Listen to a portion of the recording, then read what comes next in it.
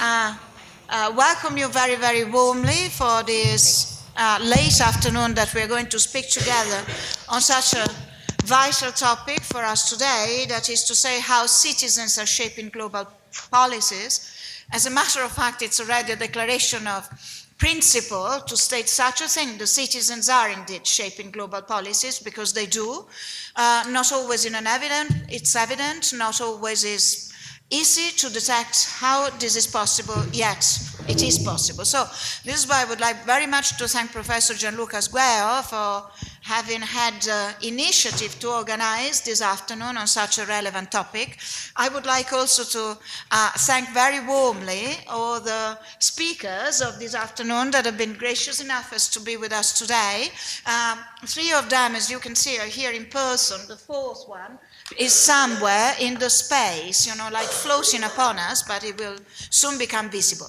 Now I think I would like to leave the word to Professor Sgueo for a short presentation of the afternoon. Thank you, Deborah. Thank you for coming. It will be very short. I just want to share with you a few information that could be the starting point for this debate. And I would like to start by addressing a paradox.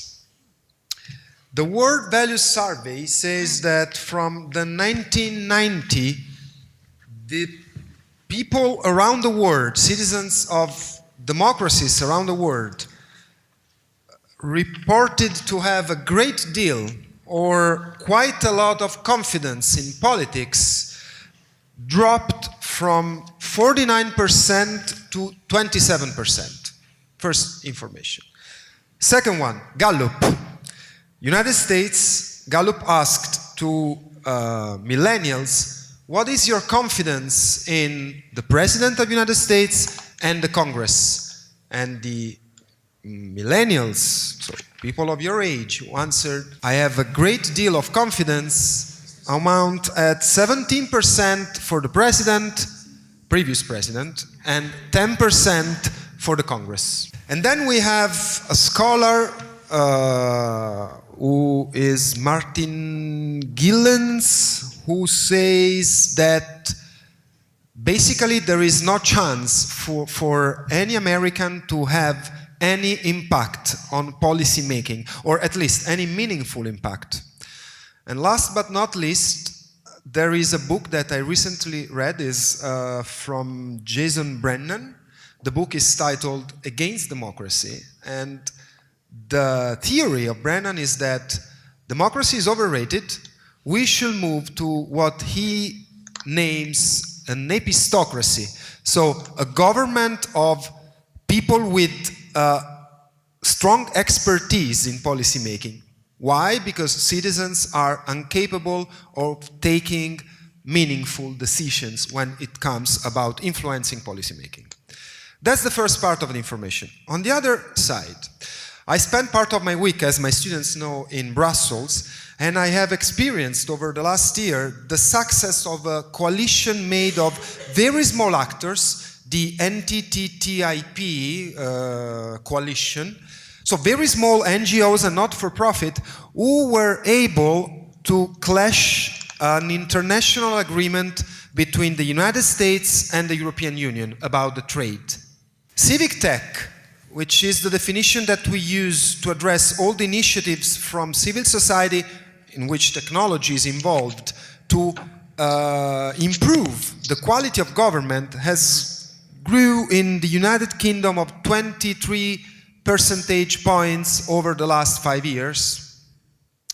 And then if you look at debatable options for influencing policymaking, but still relevant, like change.org, so what is called e-petitioning, you will see that there's plenty of petitions who reach thousands, hundreds of thousands of signatures. So where is the paradox? The paradox is that as a scholar who has an interest in democracy and globalization, I'm constantly asking myself, are we facing the post-democracy, the age in which people, citizens, young people are completely far away from places where decisions are taken? And therefore we can explain why we have parties in Italy Five Stars movement, 25% in the poll. So at the moment is the first party in Italy. If we go to vote tomorrow, it's very likely that the Five Stars movement will win. Marine Le Pen, France, same thing. It's, I think Politico reported today, this morning in the newsletter, the last polls, and she's leading the polls in the next presidential election in the United States. So my question is a question that I'd like to see how our hosts today will like to answer. Are we facing the age in which citizens have no relevance at all, or on the other side is exactly the contrary? Citizens are impacting in a meaningful way on how policies are taken, not just in their cities, not just in their neighborhoods, but at the global level. That's why we decided to choose a title with some hope in it, Global Advocates. But we didn't tell if it's a successful advocacy or not. And I will conclude here and let you introduce our speakers. Thank you very much, Gianluca. Well, our panel this afternoon